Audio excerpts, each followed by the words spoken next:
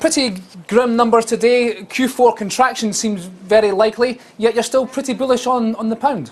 Well, yes, we're certainly very bullish on the pound. I think the point we would do is we put this into perspective, because certainly what we're seeing is a give back from some of the very strong numbers that we saw in Q3. Remember, we had a 4% increase on an annualized basis in GDP growth in Q3, so there may be some give back of that in Q4. I think what really we need to focus on now is what's going to happen next year, growth in 2013. And it's here where we see the UK really turning the corner and outpacing the Eurozone.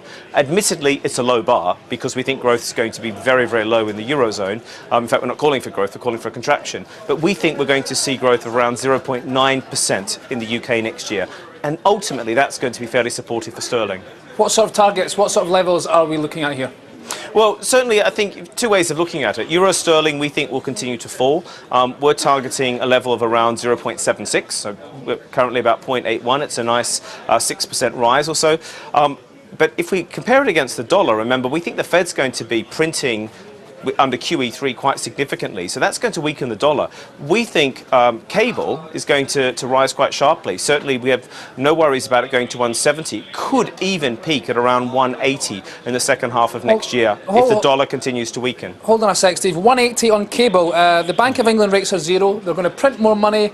UK has large current account, large budget deficits, economy dipping in and out of recession, and you think the currency is going to rise more than 10%? Well, absolutely. Certainly, I think the point we would make here is that a lot of this is going to be the dollar.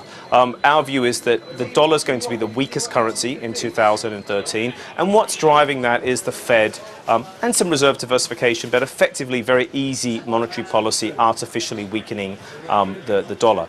If you then step back from that and look at relative growth differentials, particularly between the UK and the Eurozone, the UK is actually looking a better bet than the Eurozone.